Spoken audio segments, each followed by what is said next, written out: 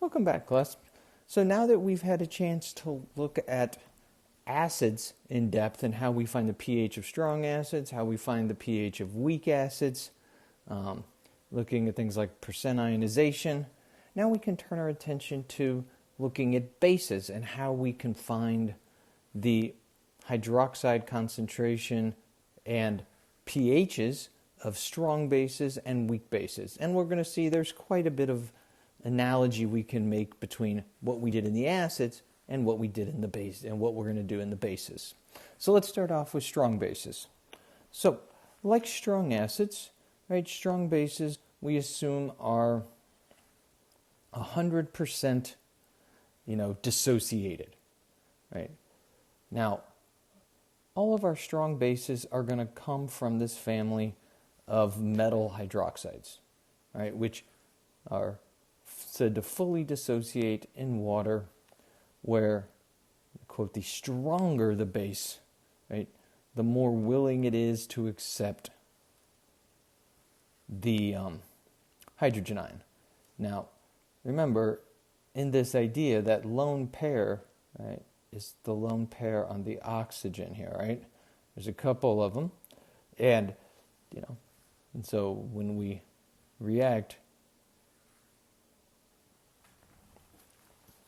we're going to form that hydroxide.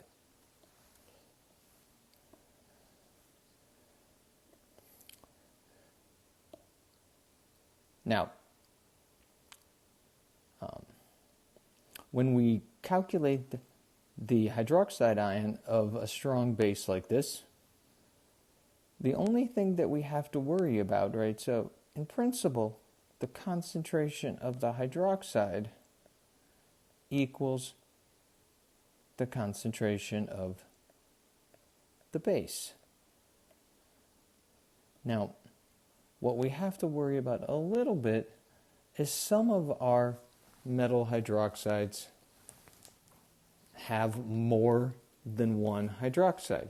So, for example, if I have something like calcium hydroxide, which is a strong base but has two hydroxide ions, so in this case, right, the concentration of the base, doesn't directly equal the hydroxide. It's going to be the concentration of the base times the number of hydroxides. So we have to build in this idea of the number of hydroxides when we look at calculating the concentration for our strong bases. So it's still pretty straightforward calculation, right? We're just going to take the original concentration of the base times the number of hydroxides it has, and that's going to give us the hydroxide concentration in solution for our strong bases. Now, weak bases, as you might expect, behave in much the same way that weak acids do, right? And that means only a small fraction of the molecules accept an H+ or act as a Bronsted base.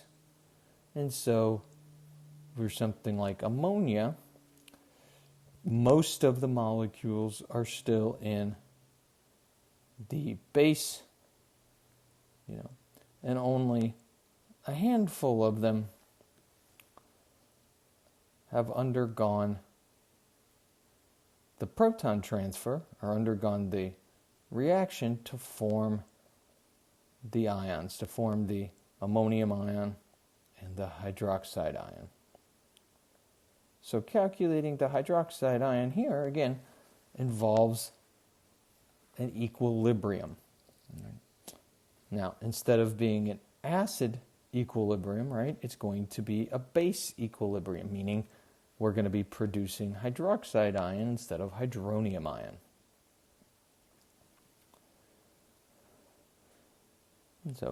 And before we move on, we can sort of look at these properties of a weak base, and we can see how they're very much the same as a weak acid, right?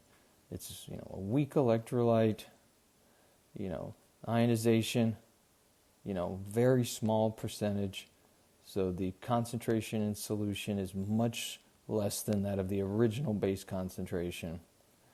And so we need to use a similar approach as we did to the weak acid to find the, in this case, hydroxide ion concentration and ultimately the pH of our solution. So for an acid, we had an acid ionization constant. For a base, of course, we have a base ionization constant. And this, again, is the equilibrium constant, and we characterize it as a Kb for base. Right? And that general equilibrium is our base reacting with water. So we're going to have a proton transfer to the base from the water, and we're going to generate hydroxide ion and our conjugate acid, which is our base with an extra hydrogen and a positive charge. So that means the general format of our Kb is going to be our conjugate acid concentration times hydroxide concentration over our base concentration at equilibrium will be our Kb, or what's called the base ionization. And just like in an acid, the larger the Kb is, right, the more we're going to form products, and the stronger the weak base is, right? So just like weak acids, there's a continuum, right? We have some weak bases that are quite, on the strong side of weak bases, and others that are on the weak side of weak bases. So we have Kb, and the difference is, right, that we have a equilibrium that produces hydroxide as opposed to hydronium.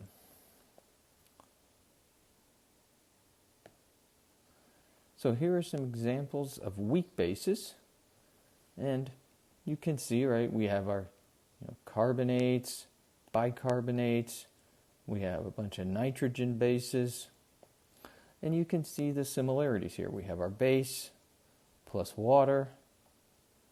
It's going to give the hydroxide ion and the conjugate acid, right, which is going to be our base with an extra hydrogen and one more positive charge. So carbonate turns into bicarbonate. Bicarbonate turns into carbonic acid, or H2CO3. Right? If we get something like ammonia, right, it turns into ammonium. These other nitrogen bases, right, they add a hydrogen and they take on a positive charge. So it's the same basic equilibrium, right? The base plus water goes to the conjugate acid plus hydroxide ion. And we can see that there's a variation, right? Some of these are, lean to the stronger side of the weak base, or more product favored, more hydroxide. Others very much, less hydroxide formed. So our weak bases.